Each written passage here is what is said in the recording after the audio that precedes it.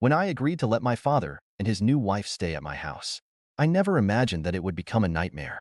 I did it because, despite our differences and his new marriage, he was my father. And when I heard that they were going through a desperate financial situation, I thought that helping them was the right thing to do. How could I not do it?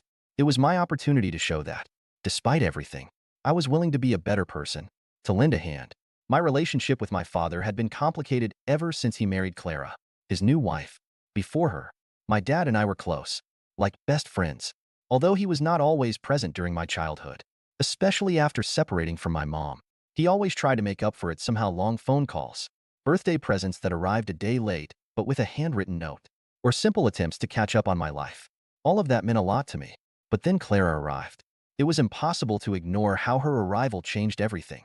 From the beginning, there was something about her that did not quite fit that condescending way she had of speaking, of subtly criticizing, as if she were measuring every word to appear kind while making it clear that she saw me as a nuisance in her new world.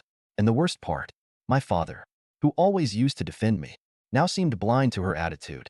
When they called me to tell me that they were going through a financial crisis, I had an internal conflict. On the one hand, I knew that offering them my house could be a mistake. On the other, I could not ignore my father. The broken voice with which he asked me for help over the phone still echoes in my head. I decided to ignore my doubts. It does not matter what happened before, I told myself. They need help. I can be better than this. So I opened the doors of my home, naively believing that I could handle any little inconvenience that might arise. It is temporary, I repeated to convince myself, just until they recover a little. What could go wrong? That phrase haunts me to this day. The first week was quiet. Too quiet. Clara seemed especially interested in showing her best side. She cooked some meals, even praised the decoration of the house. "You have very good taste," she told me one afternoon, while inspecting my living room as if she were considering buying it. My father, although quiet, seemed grateful, and I, foolishly, thought that maybe I had misjudged Clara. But soon the little comments began, those that seem insignificant but that, over time, feel like nails in a wall. Things like, "It is funny how you manage your finances. I would have done this or that," or, "Oh, this neighborhood is fine, but maybe you could aspire to something better." At first, I ignored them. After all, they were going through a bad time, right? Who am I to criticize? The real problem began to arise in the second week, when Clara and my father started to get too comfortable. They invited friends over for dinner without letting me know. I came home one night and found 5 people in my living room, laughing and drinking as if they were in a bar. The kitchen was a mess, and Clara just said, "Oh, do not worry. I will clean up later." She did not. I began to notice how the atmosphere of my house, previously a quiet refuge, was transforming into something I no longer recognized. My space felt invaded, and my patience was beginning to wear thin. But the worst was yet to come, because it was not just their presence that was transforming my home. It was something much deeper: the way Clara looked at the house, talked about it, as if little by little she were claiming it, opening the doors of my house to my father and his new wife. Clara was an act I did with my heart in my hand, but also with a knot in my stomach. My father's call had come at a time when my life was finally in order. After years of struggling to stabilize myself, my house was a reflection of all my effort. Every piece of furniture, every picture on the wall, every corner, had a story, a small battle one. But when my father called me, sounding more vulnerable than I had heard him in years, I could not ignore him. "We are in trouble," he said in a voice I almost did not recognize. At first, I thought he was talking about something minor, perhaps an unexpected expense. But I soon realized that the situation was much more serious. My father, a man who had always had an almost arrogant attitude towards life, was on the verge of financial ruin.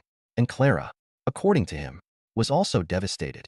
He told me about accumulated debts, failed projects, and how they had run out of options.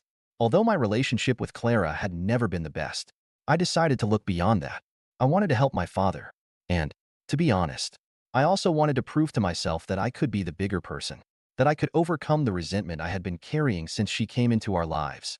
So I offered them my house, temporarily, until they could get back on their feet. The first week was tolerable. Clara seemed to be making a genuine effort to be grateful, although sometimes her tone was still the one that had always irritated me: condescending, as if every word that came out of her mouth was tinged with a "you do not understand anything." But she made small gestures to keep the peace. She cooked some dinners, offered to wash the dishes, even mentioned that she was looking for ways to contribute. My father, on the other hand, was quieter than usual. He was not the energetic and talkative man I remembered. Sometimes I found him sitting on the sofa, staring into space with a glass of water in his hand. "Everything will be all right," he told me one night when I found him in the kitchen. "Thank you for doing this for us." His gratitude was real, but there was something else there. Something I could not define at that moment. A guilt that he seemed to be dragging around with him. But the problem started to surface quickly. Clara had a particular way of making me feel like a guest in my own home. It started with small, almost imperceptible comments. "How interesting the way you organize your things. I would do it differently." Or, "Oh, your living room is nice, but maybe with some new curtains it would look cozier." She said it with a smile. Of course, but the words stung. Soon the comments turned into actions. Without consulting me, Clara began to move things around.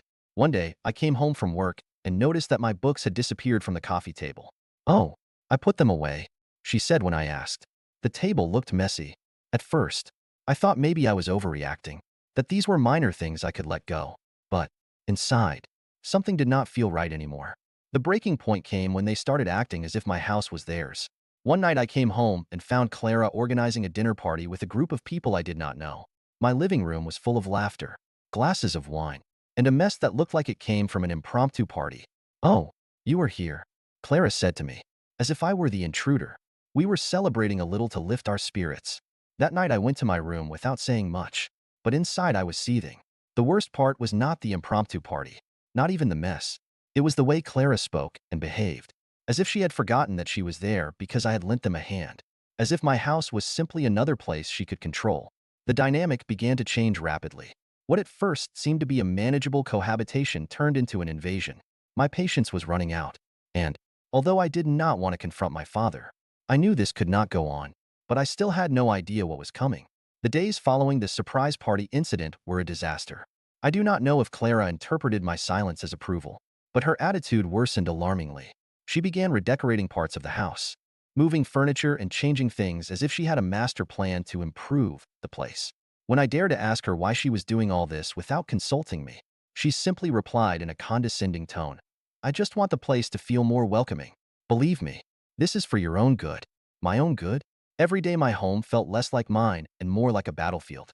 The paintings I had carefully chosen disappeared from the walls, replaced by Clara's questionable tastes, which seemed to be taken from a cheap decorating magazine.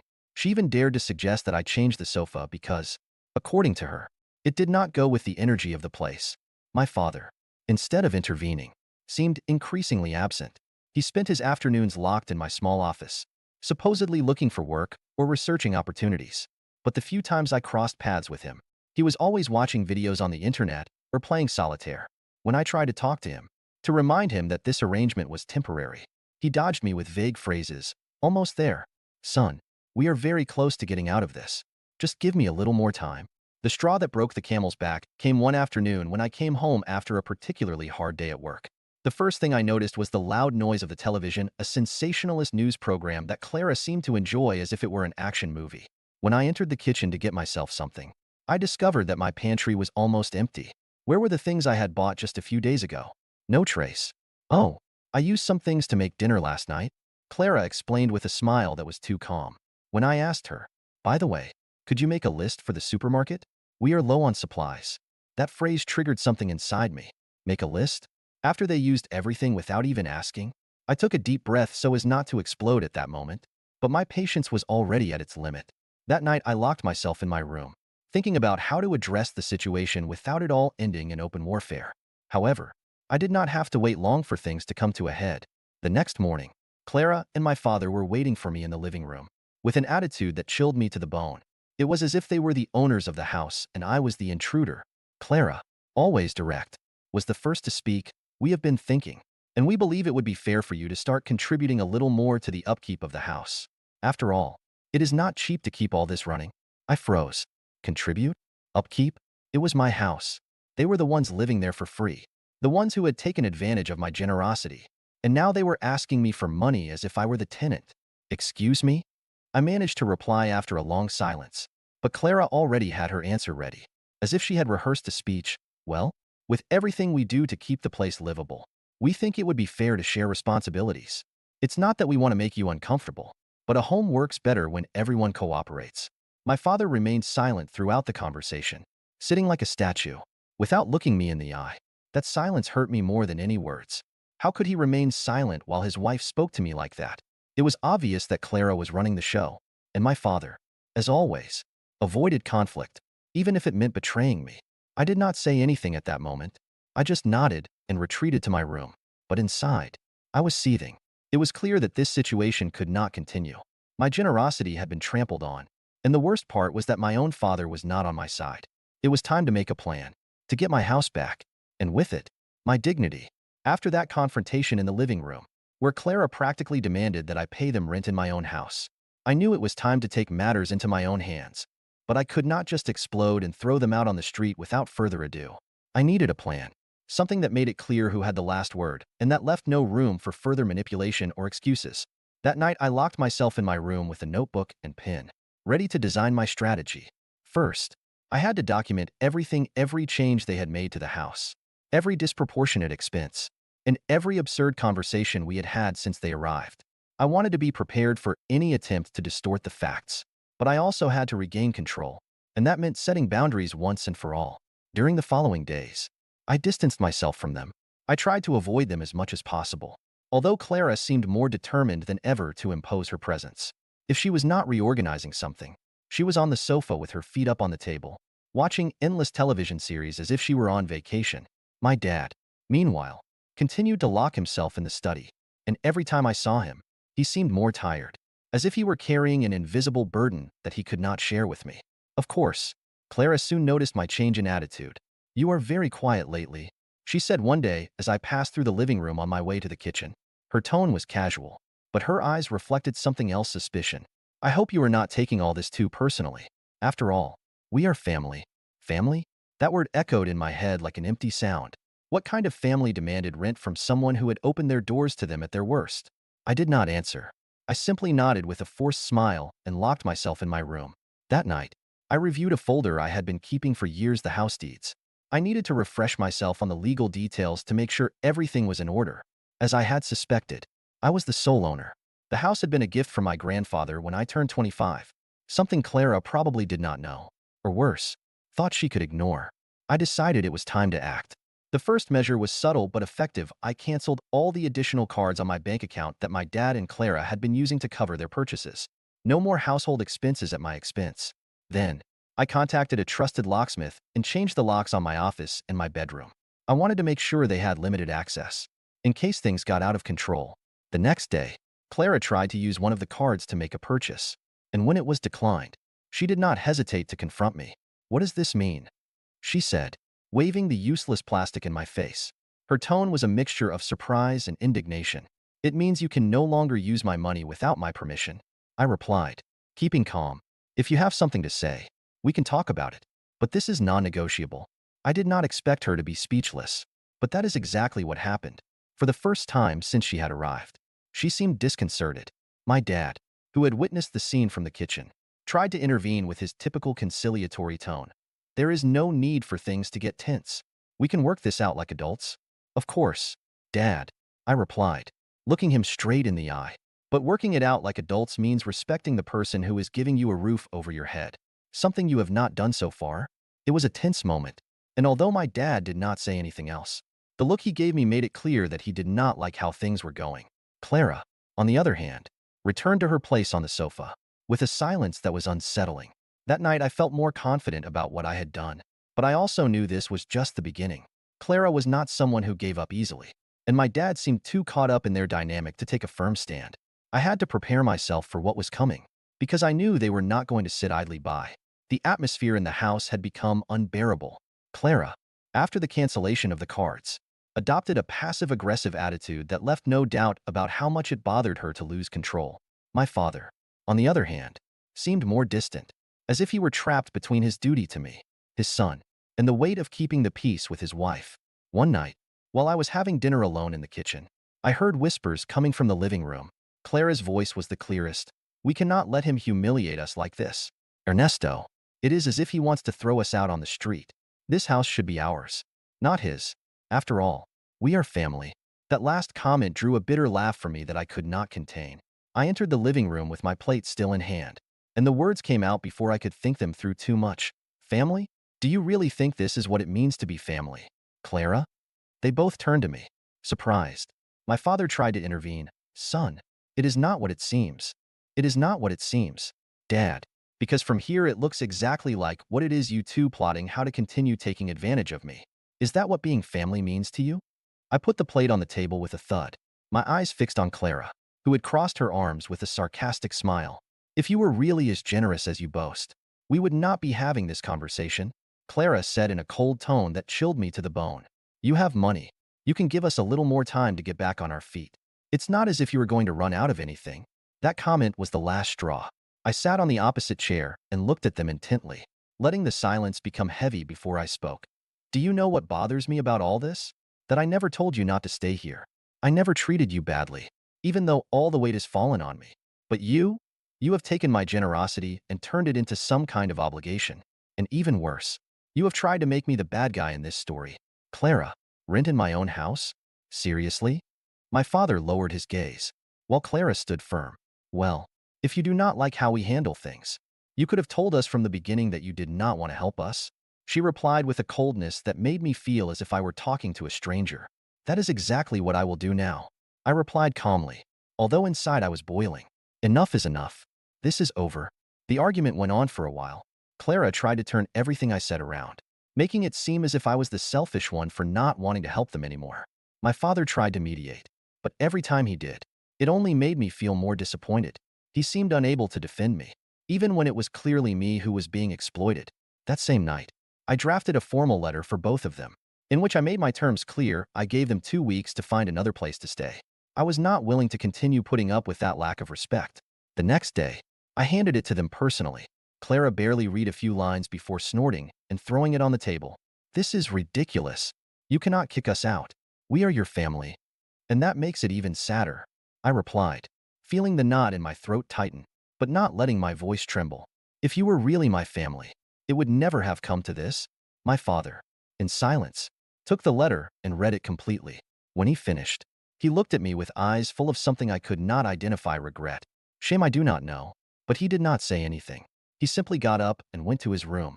Clara, however, stayed behind, giving me hateful looks while muttering inaudible things.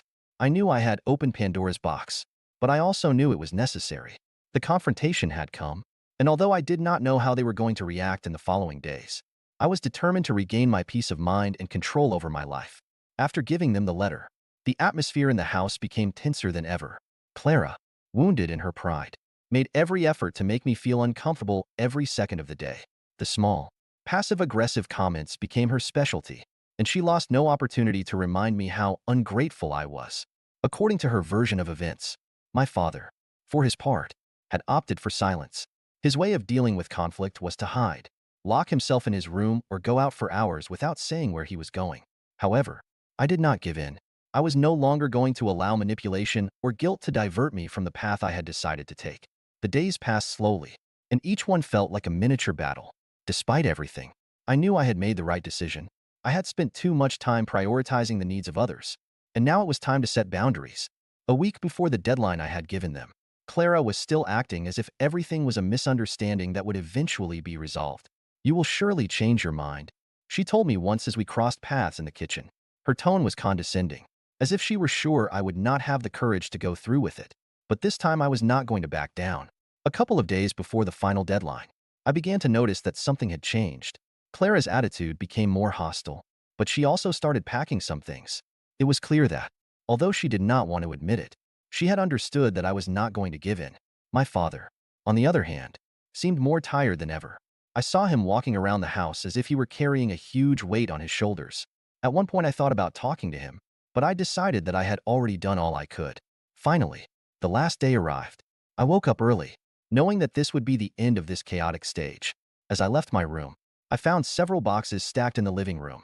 Clara and my father had started moving their things, but they were doing it with an air of defeat. Clara barely looked at me when I walked past her.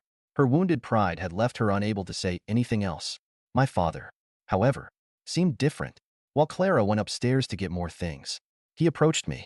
There was something in his expression that I had never seen before, a mix of regret and deep sadness.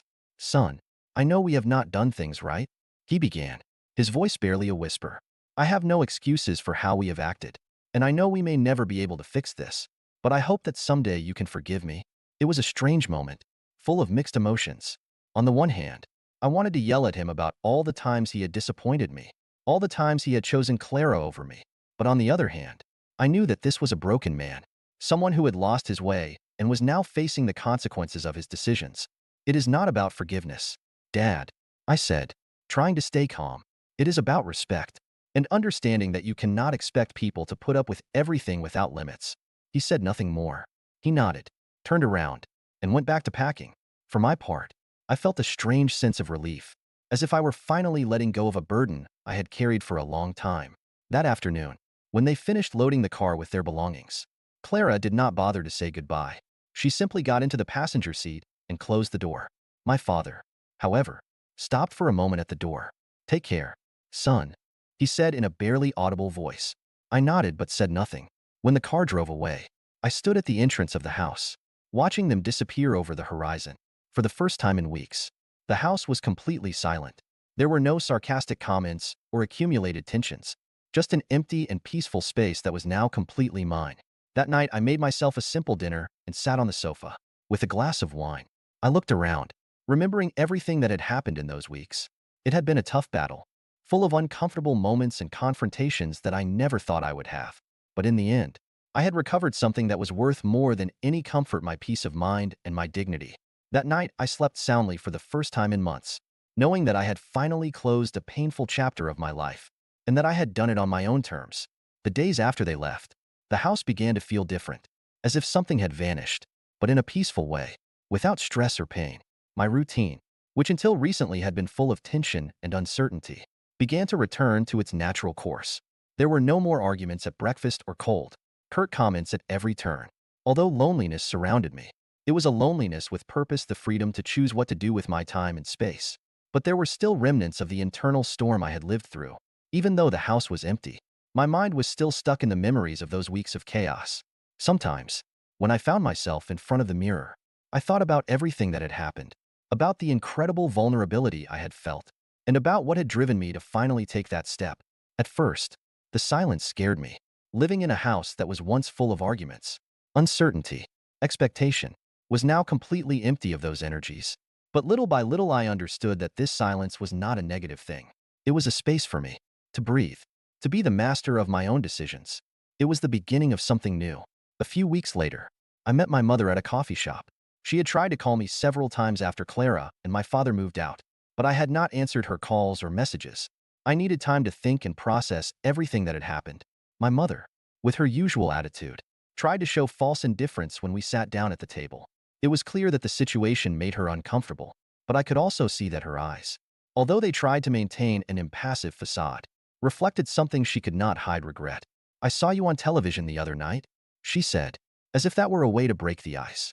"You're doing well."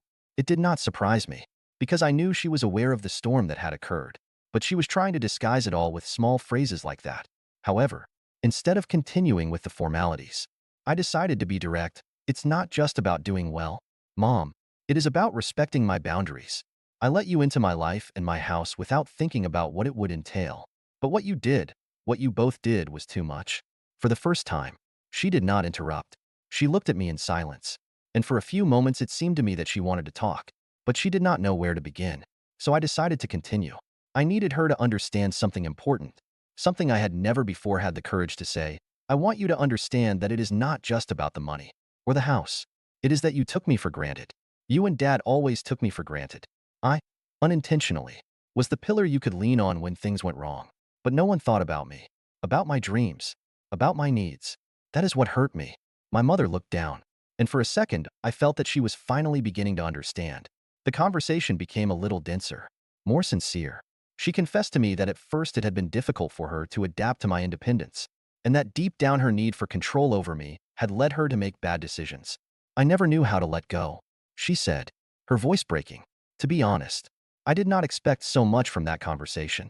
I did not expect my mother to open up like that, much less admit her own mistakes.